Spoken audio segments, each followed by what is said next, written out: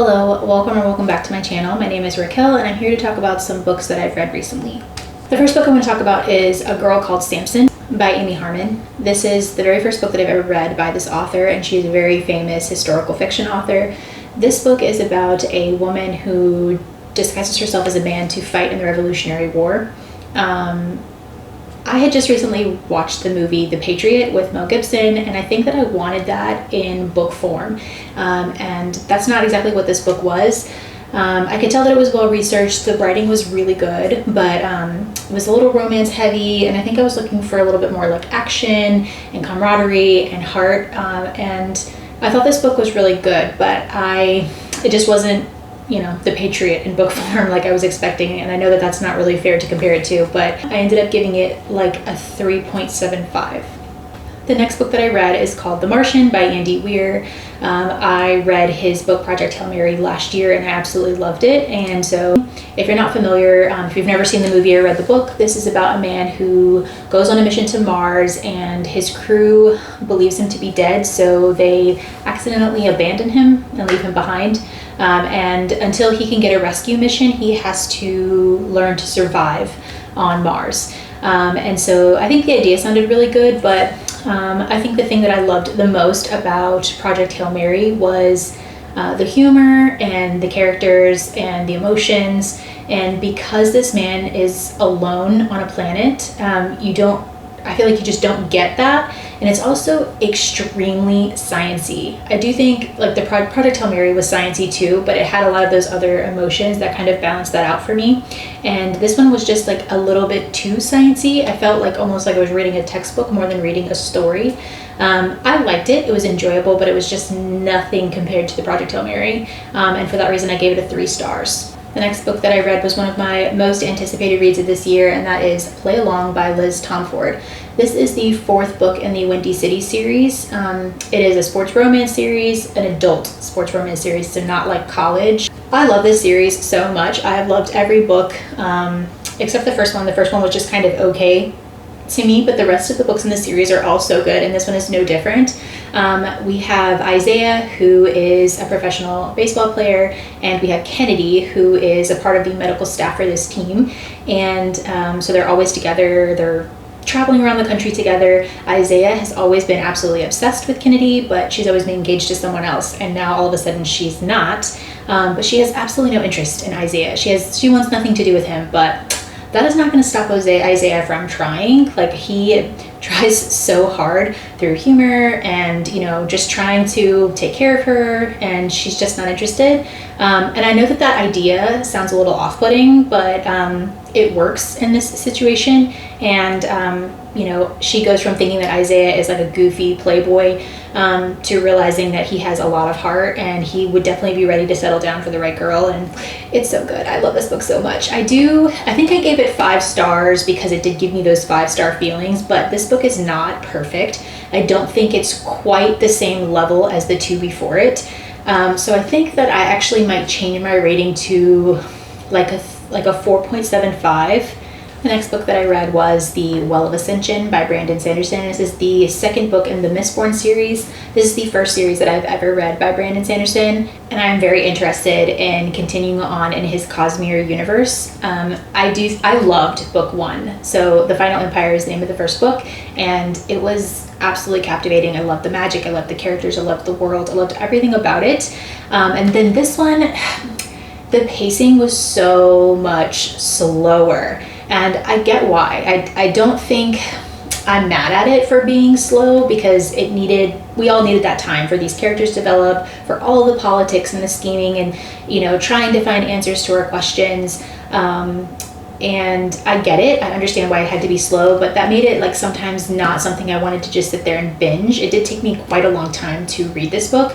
I did still love it. I think it left off with me getting answers but having so many more questions, and so I'm actually currently reading the 3rd one now, so I'll talk about that in a second. But I did really like this. I gave it 4 stars. But I think one of the things that I loved so much about the first one is learning how the magic system worked with our main character in the first book. And by now, although we learn a few secrets here and there, we mostly know how the magic system works, so like that isn't quite it's not as exciting because I'm not like exploring the world for the first time, I think is really what it was for me. That and the pacing, like I said. But overall, still really good, and I am very much enjoying the series. The next book that I read was Recursion by Blake Crouch. I read Dark Matter last year by Blake Crouch, and I loved it. It was one of my favorite books of the year. And I will say that I really enjoyed this book. Let me just start by saying I really had a good time with it. The plot is a woman who one of her parents has Alzheimer's, and she wants to find a scientific way to preserve memories in Alzheimer's patients. And that discovery of technology ends up being a lot more than she bargained for. And I think it had some really similar scientific concepts as Dark Matter. And I think Dark Matter made it a little bit more understandable. I am a type of person that I really like to understand everything. Like if you're telling me scientifically this is the way that this technology works, like I need to make that make sense in my head. I know that not everybody is like that, but Dark Matter, I could wrap my head around and I could get it. But if I hadn't read Dark Matter first, which these are not related in any way, these two books are completely different, but if I had not read Dark Matter first, I think I would have been a little bit confused by the concepts in this book. I don't think that they were explained as well as they were in Dark Matter. But I do think this was just as thrilling. If you've never read Blake Crouch, he writes like these sci-fi thrillers that are very fast-paced and exciting, and I think that Recursion was just as exciting and fast-paced as Dark Matter, but Dark Matter had a little bit more heart. It hit me a little harder, and then also Recursion had some points where it felt very repetitive, like I felt like we were doing the same thing over and over and over, and I think that could have been condensed a little bit, but otherwise it was fun, it was good, and I gave it 4 stars. The next book that I read was Gone Girl by Gillian Flynn. I'm like still kind of surprised that I've never read this book or watched this movie before now, but I think right now this is my favorite thriller that I've ever read. It is so good. I think thrillers can be very formulaic, like you spend the whole time in the book, who did it, what's going on, you're a little confused, you're trying to put the pieces together. At the end there's a big reveal and then the book is over, right? This does not follow that pattern. It kind of breaks the mold and does its own thing, and I appreciated that because I wasn't expecting that. And I also loved to hate these characters. Like they are both like kind of unlikable, but in a good way. Like I loved reading about them, but I hated them as people.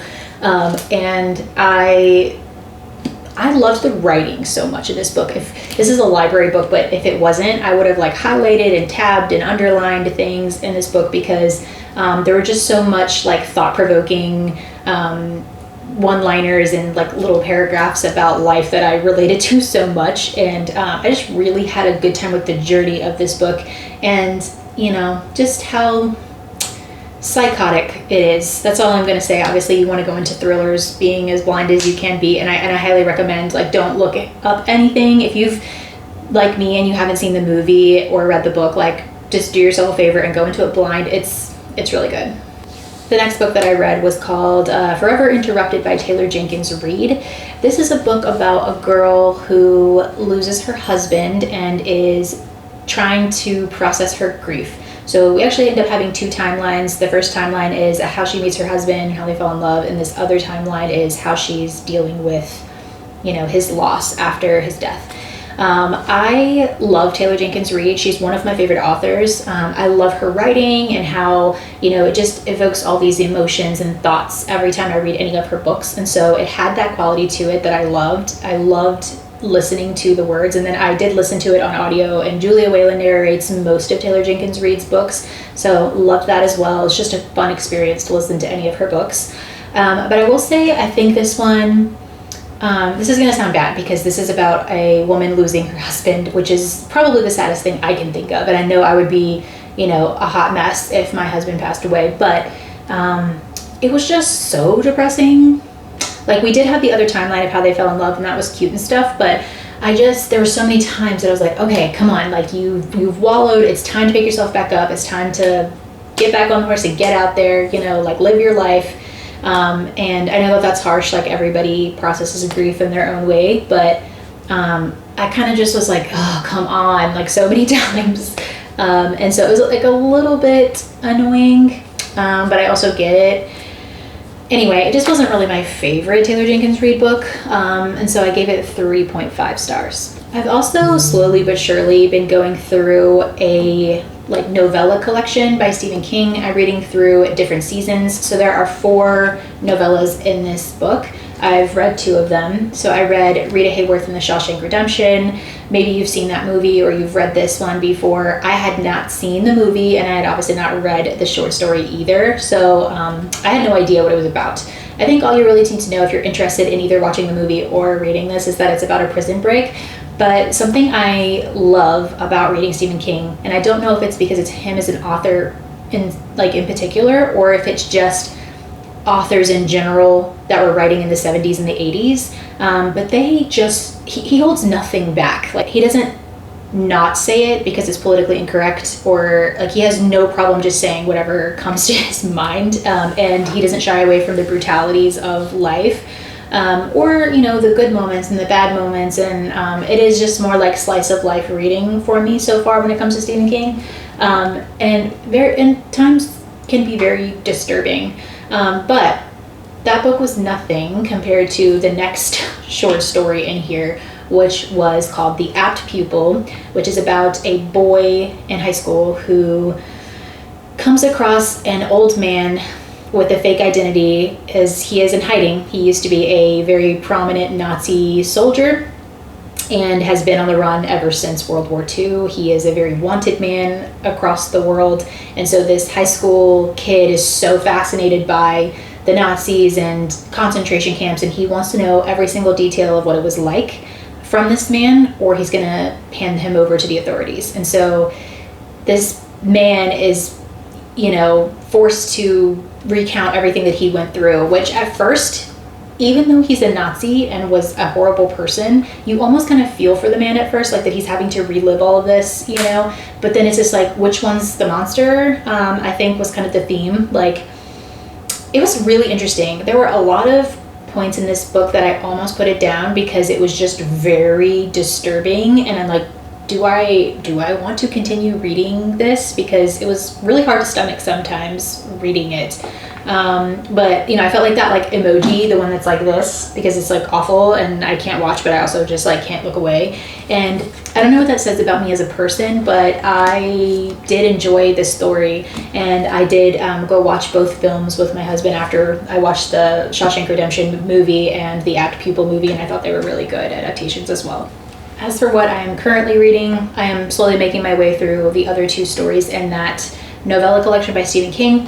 I'm also in the middle of reading The Lady of the Rivers by Philippa Gregory. I'm getting close to being done, but this is a historical fiction book, and it is actually part of a really large series. I think there's 14 books in this series, but it is about kind of the Plantagenets, so starting with all the events that lead up to the Wars of the Roses, all the way through King Henry VIII and all of his wives, and down to Queen Elizabeth, and even Mary Queen of Scots has her own book. So it's just kind of that particular time period in British history, which I find absolutely fascinating. That's always been a huge interest of mine, is that particular time period, especially Henry VIII and his wives. I just find that so fascinating.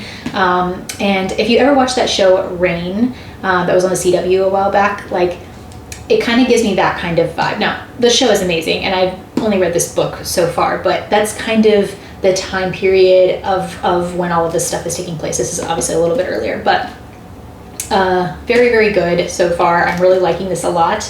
And then, as I previously mentioned, I am reading Hero of Ages by Brandon Sanderson. Right now, I've only listened to a few hours on audio, so I don't really have quite an opinion yet, but I've heard some really great things about the ending of this series and of this book, so I'm really hoping that I get all my questions answered, because I have so many questions. And yeah, I really love that a lot of these side characters from the previous 2 books are really getting their own perspective, and I think that makes everything really interesting. And I'm just curious. I'm really curious how this is going to wrap up. So once I get done, I'm going to do a full series review to let you know what I thought about it. But those are all the books that I've read recently. Thanks so much for watching, and I'll see you next time. Bye.